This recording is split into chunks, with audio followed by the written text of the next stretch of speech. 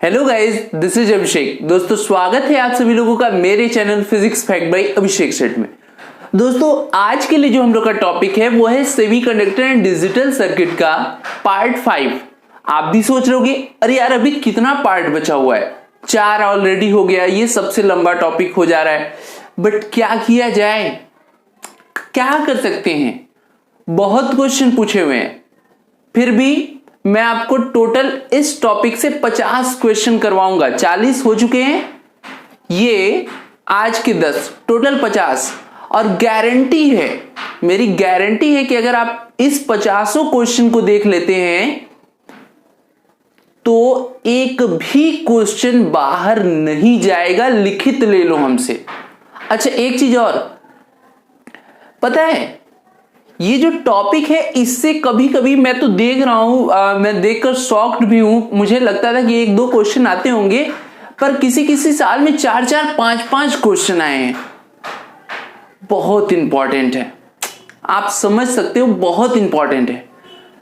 तो पता है होता क्या है, अभी लॉकडाउन बढ़ गया है, इसको बताएंगे ना, थोड़ा बात कर लेते हैं। आज थोड़ा बात कर लेंगे, आपको भी अच्छा लगेगा, हमें भी रोज पढ़ते पढ़ते बोर हो गया यार।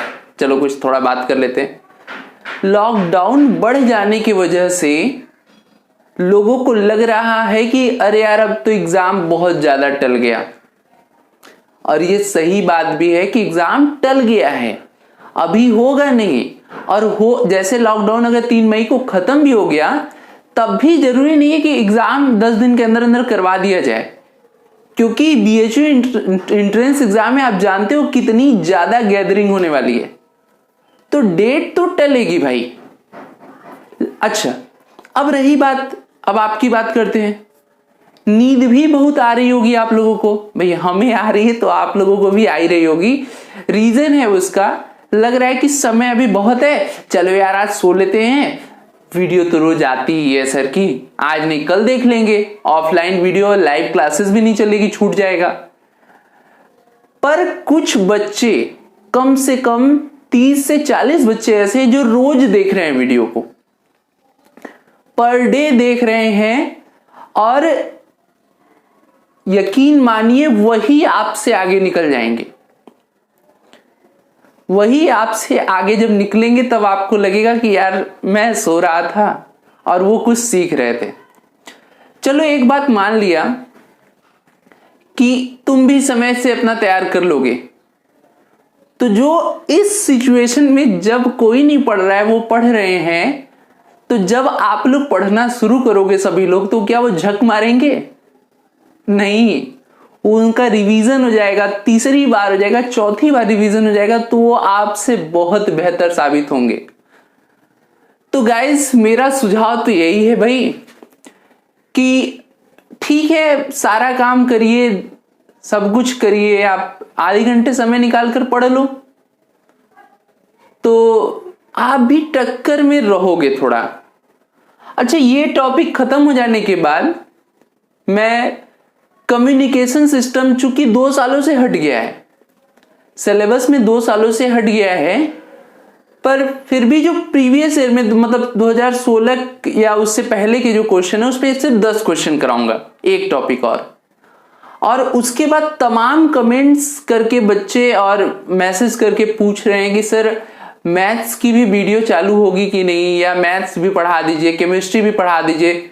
तो भाई मैं ठहरा फिजिक्स का टीचर, पर मैं कोशिश करूंगा कि मैथ्स आपको दे दूं, क्योंकि मैथ्स फिजिक्स का एक अच्छा कॉम्बिनेशन होता है। और लॉकडाउन खत्म होने पर अगर हमारे सहयोगी आ गए, हालांकि इस समय सब अपने अपने घर पर हैं, अगर हमारे सहयोगी आ गए तो आपको जो बायो और केमिस्ट्री की भी वीडियो प्रोवाइड करने की हम पूरी कोशिश करेंगे। पर मुझे लगता है जब आप एक को देखने में इंटरेस्ट नहीं रख रहे हो, सब लोग उतने तत्पर नहीं हैं, तो 4-4 वीडियो जाएगी तब क्या देखेंगे आप लोग। खैर, आपकी इच्छा, आप सभी लोग खुद ही समझदार हैं। मौका बहुत कम लोगों को मिलता है बीएचयू पढ़ने के लिए, और कोचिंग वगैरह सारी बंद है, तो ऑनलाइन ही एक सहारा है। अब आपके ऊपर डिपेंड करता है कि आप उससे कितना सीखना चाहते हैं। ठीक है, चलिए प्रवचन खत्म कर दिया, अब आते हैं क्वेश्चन की ओर। क्वेश्चन है the expression for drift current density J in PN junction is. PN संधि में ड्रिफ्ट धारा घनत्व J पीएन संधि व्यंजक होगा। पीएन संधि में ड्रिफ्ट धारा घनत्व J का व्यंजक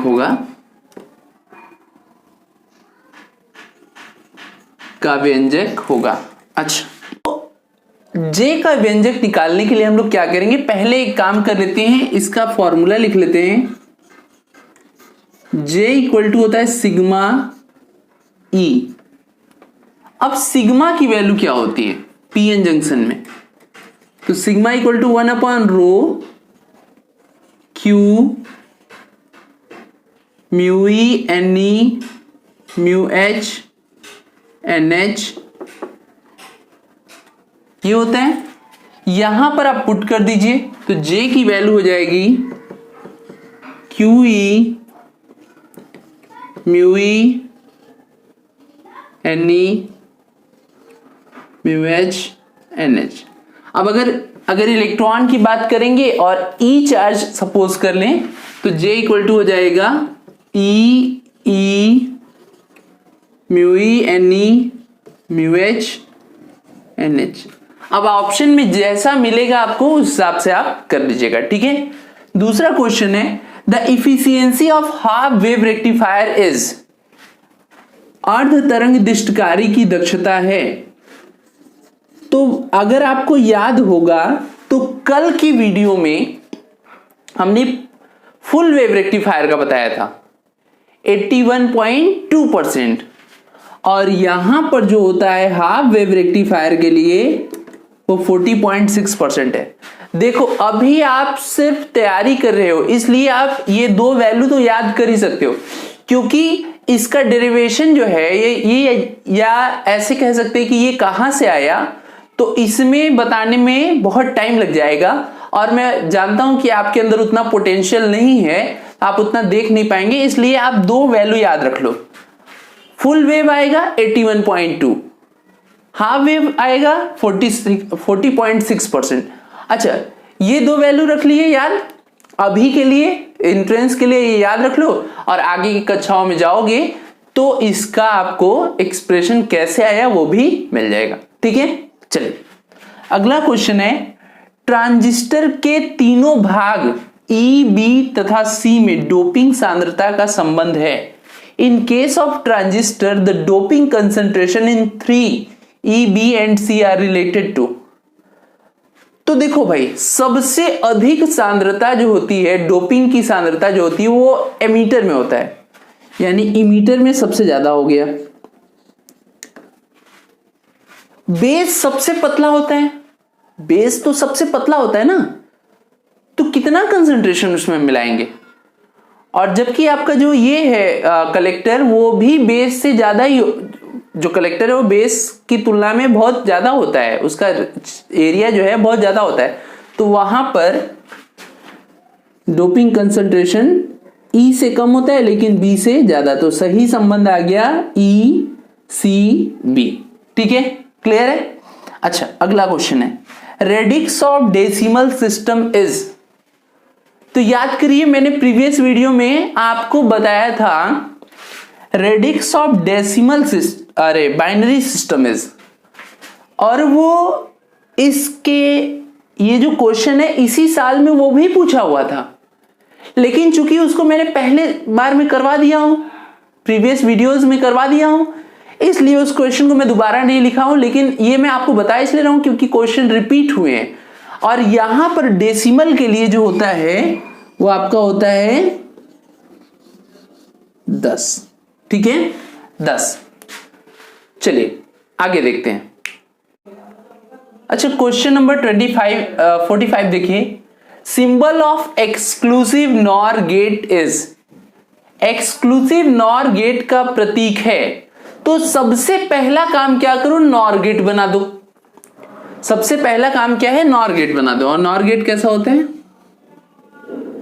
और गेट के आगे ऐसा लगा रहता है और 2 इनपुट 1 आउटपुट, यही तो नॉर गेट बन गया। अब एक्सक्लूसिव किसी के भी आगे लगाना रहेगा तो ये चीज लगा दीजिएगा, बस ये आपका बन गया एक्सक्लूसिव नॉर गेट, ठीक है। और इसी को XNOR गेट भी कहते हैं, एक्स नॉर गेट ना, X for exclusive nor gate, ठीक है। अगला क्वेश्चन है and operator has expression, and प्रक्रिया का व्यंजक है। तो एंड में क्या होता है, जब दोनों इनपुट हाई रहते हैं, जब दोनों इनपुट दोनों निवेशी क्या रहते हैं, उच्च रहते हैं, यानी 1 1 रहते हैं, तो ही वो क्या होता है, आउटपुट भी उच्च देता है।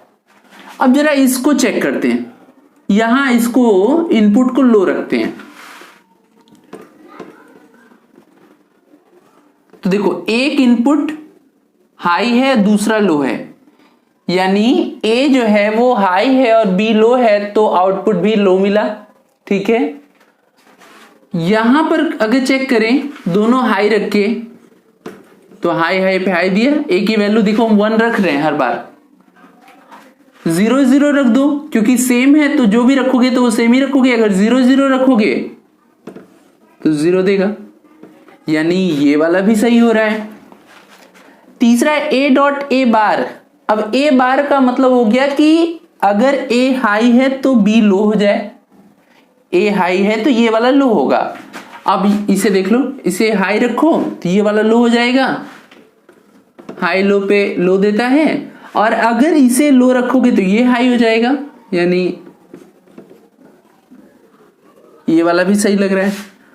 तो यहां एक पहले से हाई था, लो रखोगे तो लो देगा, हाई रखोगे तो हाई देगा। यहां दोनों में या तो लो रख दो या तो दोनों में हाई रखो, दोनों का चेक करके देख लिया सेम हो रहा है, यहां पर भी सेम चीजें दे रही है, तो इसका आंसर हो जाएगा ऑल ऑफ देम, ठीक है। बहुत इंपॉर्टेंट कॉन्सेप्ट है भाई, समझना ध्यान से कि क्यों ऐसा हो रहा है। तो आपको जो मन में आए वो रख सकते हो, लेकिन ए की वैल्यू तो एक ही रखोगे ना, चाहे प्लस 1 रखो चाहे 0 रखो, और रख कर चेक कर लेना, ठीक है। अगला क्वेश्चन है which of the following is not a basic logic gate. मैंने इसको बताया था और मैं एक बार फिर से बता रहा हूं कि बेसिक लॉजिक गेट केवल 3 होते हैं, एंड गेट, और गेट और नॉट गेट। एंड गेट, और गेट और नॉट गेट, इसके अलावा चाहे जो भी आएगा, नॉर, एक्सऑर, नैंड ना, सबके सब क्या हो जाएंगे, वो बेसिक लॉजिक गेट नहीं होंगे। तो यहां एक है और गेट, एक है नॉट गेट, एक है नॉर गेट और एक है एंड। तो ये तीनों, पहला, दूसरा और चौथा, ये तीनों तो आपके बेसिक लॉजिक गेट हो ही गए। एक यही दिख रहा है जो नहीं होगा, तो नॉर गेट। क्लियर है? अच्छा, अगला question, which of the following gate is known as inverter. निम्न में से कौन सा गेट इन्वर्टर कहा जाता है? तो इन्वर्टर जो कहा जाता है वो है नॉट गेट। अब कैसे, देखो यहां बना दे रहा हूं,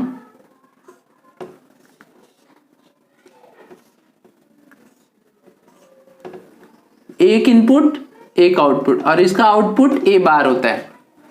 मतलब अगर आउटपुट हाई है, आउटपुट अगर, अरे इनपुट और आउटपुट, इनपुट अगर हाई है तो आउटपुट 0 दे रहा है। मतलब अगर आपके घर में बिजली है, खंबे से लाइट आ रही है, तो इनपुट जो है वो हाई है, तो इन्वर्टर से लाइट नहीं चलती है। घर का जितना भी चीज है वो इन्वर्टर से नहीं चलता है, उस केस में तो वो लाइट से ही चलती है। और जैसे ही लाइट कट जाती है, मतलब इनपुट हो गया 0, तो घर का जो सारा ऑपरेटर, जितने को आपने इन्वर्टर से कनेक्ट किया है, वो सब चलने लगेंगे, तो वो आउटपुट देने लगेगा। मतलब इन्वर्टर तभी काम करेगा जब आपका इनपुट लो हो। इनपुट लो होने का मतलब लाइट ना हो, तो ये काम तो सिर्फ नॉट गेट ही करता है। क्लियर है? तो नॉट गेट। ओके, चलिए नेक्स्ट क्वेश्चन देखते हैं। क्वेश्चन नंबर 49 है, if for a transistor the common base current gain is 0.96, then find the common emitter current gain is. यानी किसी ट्रांजिस्टर के लिए सर्वनिष्ठ बेस धारा लब्धि, बेस मतलब आधार ना, आधार धारा लब्धि गुणांक 0.96 हो तो उसके लिए सर्वनिष्ठ उत्सर्जक धारा लब्धि गुणांक कितना होगा। अच्छा देखो भैया, हमने आपको समझाया था जब बेस की बात हो तो यानी अल्फा दिया है, ठीक है, अल्फा दे रखा है और अल्फा कितना दे रखा है 0.96, और उत्सर्जक के लिए पूछ रहा है मतलब बीटा पूछ रहा है, तो बीटा इक्वल टू होता है अल्फा अपॉन 1 माइनस अल्फा, ठीक है। तो ये हो जाएगा 0.96 और 1 माइनस 0.96 यानी 0.96 अपॉन 0.04, और इसे आप सॉल्व कर लो। जब आप इसे सॉल्व करोगे तो ये आपका जाएगा 24, ठीक है। तो बीटा की वैल्यू कितनी आ जाएगी 24। क्लियर है। एक उसी की तरह सिमिलर क्वेश्चन है लेकिन थोड़ा अंतर है उसमें ना, तो उसको जरा देखिएगा ध्यान से। The current gain for a transistor working as common base amplifier is 0.96 if the emitter current is 7.2 milliampere the base current will be about। उभयनिष्ठ आधार विन्यास में, देखो उभयनिष्ठ आधार बोल रहे हैं यानी अल्फा की बात कर रहे हैं, उभयनिष्ठ आधार विन्यास में एक ट्रांजिस्टर का धारा लाभ 0.96 है, यदि उत्सर्जक धारा 7.2 मिली एम्पियर हो तो आधार धारा होगी। अच्छा ये क्वेश्चन मिल रहे हैं कि नहीं भाई, तो हमें बीटा तो मिल गया ऊपर से 24 हो गया ना, निकालना नहीं पड़ेगा भाई, मेहनत नहीं करवाओगे। अच्छा चलो ठीक है। अब हमें अल्फा की वैल्यू होती है IC अपॉन IE, और उत्सर्जक धारा दे रखा है 7.2, तो IC यहां से क्या हो जाएगा, IC इक्वल टू हो गया, ये 0.96 है और ये 7.2, इतना मिली एम्पियर हो गया। अब बीटा के फॉर्मूले में IC की वैल्यू यही पुट कर देंगे, काम हो जाएगा। तो बीटा इक्वल टू होता है IC अपॉन IB, तो IB इक्वल टू क्या हो जाएगा IC अपॉन बीटा। अब यहां देख लो 0.96 7.2 मिली एम्पियर अपॉन में 24। एक काम करते हैं 100 से ऊपर नीचे गुणा कर देते हैं, 100 से ऊपर नीचे गुणा करते हैं, तो जब 100 से गुणा करोगे तो ये 0.96 केवल 96 हो जाएगा और नीचे 100 वाला ऐसे ही छोड़ देते हैं। 24 चौक के 96 और 4 का इसमें गुणा करो तो 4 दूना के 8, 4 दूना के 8 1, 4 सत्ते 28, 28, एक अंक पे दशमलव लग गया और नीचे 100 से भाग दे दिया, 100 से भाग दे दिया। अभी क्या हुआ, 100 से भाग दे दोगे तो 0.288 आएगा, जिसको हम लोग अप्रॉक्स कितना लिख दें, यहां लिख रहा हूं ना, या छोड़ो यहीं लिख देता हूं, मिली एम्पियर, ठीक है। 0.29 मिली एम्पियर हो जाएगा आपका बेस करंट की वैल्यू, ठीक है। अब हमारे पास आज का होमवर्क क्वेश्चन आसान सा है पर एग्जाम के दृष्टिकोण से महत्वपूर्ण है। एलईडी में पीएन संधि होता है, the biasing of PN junction in LED is. तो इसमें आपको दो चीजों का आंसर बताना है, एक तो एलईडी का फुल फॉर्म बताना है और दूसरा बताना है कि वो जो बाइसिंग है वो फॉरवर्ड बायस होगा कि रिवर्स बायस होगा कि डाटा इनसफिशिएंट है या नन, यानी कि एलईडी में पीएन संधि डायोड, पीएन संधि किस तरह का होगा, अग्र अभिनत होगा कि उत्क्रम अभिनत होगा, कि जानकारी अपर्याप्त है कि इनमें से कोई नहीं, ठीक है। ये आप करेंगे और इसका आंसर मुझे कमेंट सेक्शन में जरूर देंगे।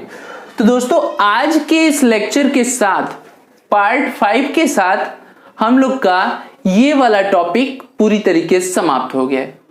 अब जो है अगला टॉपिक मेरे कथनानुसार कम्युनिकेशन सिस्टम से सिर्फ एक टॉपिक में बनाऊंगा 10 क्वेश्चन का सीरीज, तो आप उसको जरूर देखिएगा और उसके बाद कमेंट में मुझे बताइएगा कल की वीडियो के कमेंट में कि आप में से कितने लोग मैथ्स पढ़ना चाहते हैं। अगर मैथ्स आपके लिए वो होगा, आप उसको पढ़ना चाहते हैं, उसके लिए थोड़ा इंटरेस्टेड हैं, तो मुझे बताइएगा।